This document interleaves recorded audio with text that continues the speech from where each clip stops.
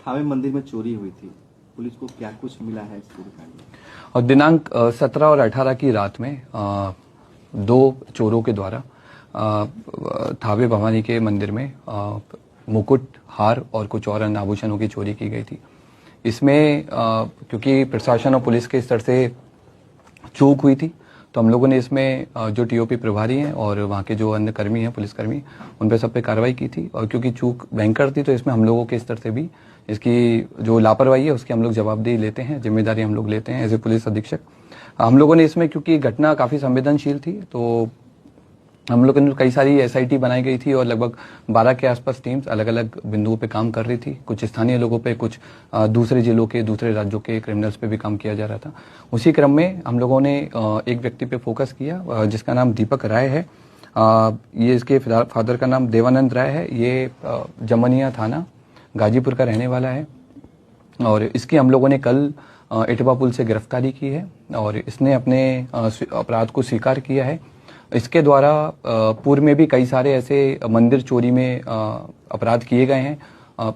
इसी साल मार्च 2025 में इसके द्वारा महू जिले के कोतवाली थाने में शीतला माता मंदिर में चोरी की घटना कारित की थी, जिसमें जेल गया था और 13 नवंबर को जेल से छूटा है। जेल से छूटने के बाद में फिर इसने थावे मंदिर और पुणे के एक बड़े मंदिर की रेकी करना स्टार्ट किया। वहाँ के सोने मुकुट के बारे में इसने गूगल पे और यूट्यूब पे अच्छे से सर्च किया और 10 और 11 की रात में थावे मंदिर में आकर प्रॉपर रेकी की और जिस तरह से घटना कारित की गई है उसी तरह से इसके द्वारा रेकी किया गया।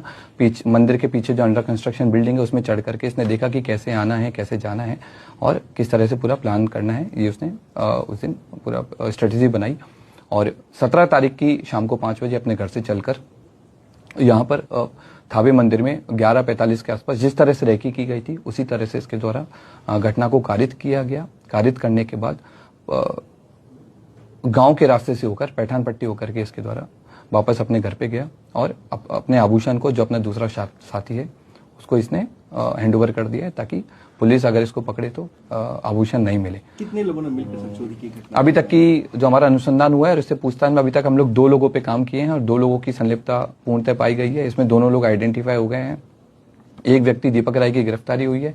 उसके पास से हमको घटना में जो उस दिन घटना हुई थी उस वाला कटर हमने बरामद किया है, जो कपड़े पहने हुए थे वो बरामद किए हैं। फोन बरामद किया है जिसमें उसके द्वारा थावे मंदिर के बारे में सर्च किया गया है और घटना कारित होने के बाद में भी उसने सोने की डिटेल PI 916 के बारे में पूरा उसने पढ़ा है। और इसके बाद में हम लोगों ने उसके जो रेकी के टाइम पे जो जूते पहने थे वो जूते हम लोगों ने बरामद किए हैं। रेकी के टाइम में जो बैग यूज किया था वो बरामद किया है। जिस बाइक से वो लोग घटना करने आए थे वो बाइक भी हम लोगों ने आइडेंटिफाई कर लिया। जल्दी भी हम लोग उस बाइक को भी बरामद करेंगे।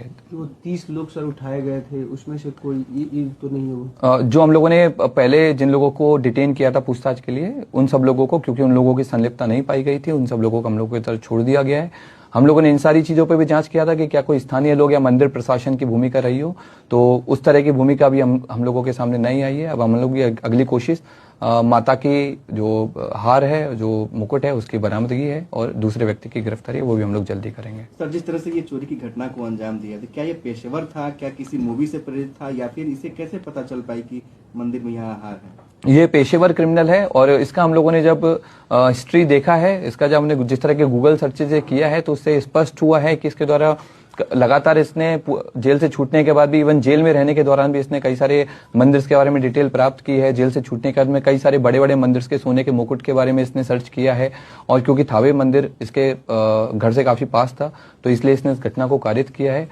इसने कई सारी जो क्राइम थ्रिलर है, जैसे जो बिहार बेस्ड एक मूवी बनी है उस पे भी इसने सर्च किया, उसके बारे में पढ़ा कि कैसे पुलिस अनुसंधान करती है, कैसे पुलिस अपराधी तक पहुंचती है, कांड का अनुवेदन करती है, ताकि उन सारे तरीकों से बच करके इसके द्वारा उन सारे तरीकों को यूज करके पकड़े जाने से बचा जा सके। क्या उस दिन मोबाइल भी लेकर पहुंचा था? नहीं, उस दिन ये मोबाइल नहीं लेके आया था। इवन जिस दिन रेकी करने आया था उस दिन भी इसने इंश्योर किया था कि इसका कोई भी डिजिटल फुटप्रिंट थावे या फिर गोपालगंज में नहीं रहे, ताकि अगर पुलिस कल को अनुसंधान करे या फिर कोर्ट में आगे ट्रायल हो तो इसके ऊपर कोई ऐसा प्रूफ नहीं मिले कि ये यहाँ पर मौजूद। कितने केसेस में सर ये वांछित रहा है? अभी तक के रिकॉर्ड के हिसाब से हमको इसके ऊपर 5 केसेस मिले हैं, जिनमें बनारस में इसने बाइक चोरी की है, महू में इसने मंदिर चोरी की है और भी हमें लोकल सोर्सेज से पता लगा है कि पूर्व में भी कई सारे मंदिरों में चोरी कर चुका है, लेकिन वो अभी तक उद्भेदन नहीं हो पाए थे, इसलिए इसका नाम नहीं आया है।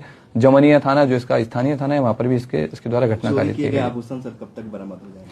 हम लोगों की जो टीम्स हैं अलग अलग जगह पर रेकी कर रही है आभूषण को लेकर के, और अनुमंडल पुलिस पदाधिकारी सदर के नेतृत्व में टीम और कई सारे इंस्पेक्टर्स के साथ मिलकर के टीम कैंप की हुई है जिले के बाहर, और हम लोग की पूरी कोशिश है कि जितना जल्दी हो सके हम लोग आभूषण की बरामदगी करें। क्या ये कोई संगठित गिरोह काम करता है या फिर ऐसे ही अपने से खुद ही? ये खुद अपने आप में एक संगठित गिरोह चलाता है, अलग अलग घटना के लिए अलग अलग लोगों को कन्विंस करता है जिनको पैसे की जरूरत रहती है और घटना को कारित करवाता है। ये कितना मंदिर में चोरी किया है? ये अभी दूसरा मंदिर है जिसमें कंफर्म हुआ है कि चोरी किया है, लेकिन अनऑफिशियली और भी मंदिर में चोरी किया है जिनमें उद्भेदन नहीं हुआ है।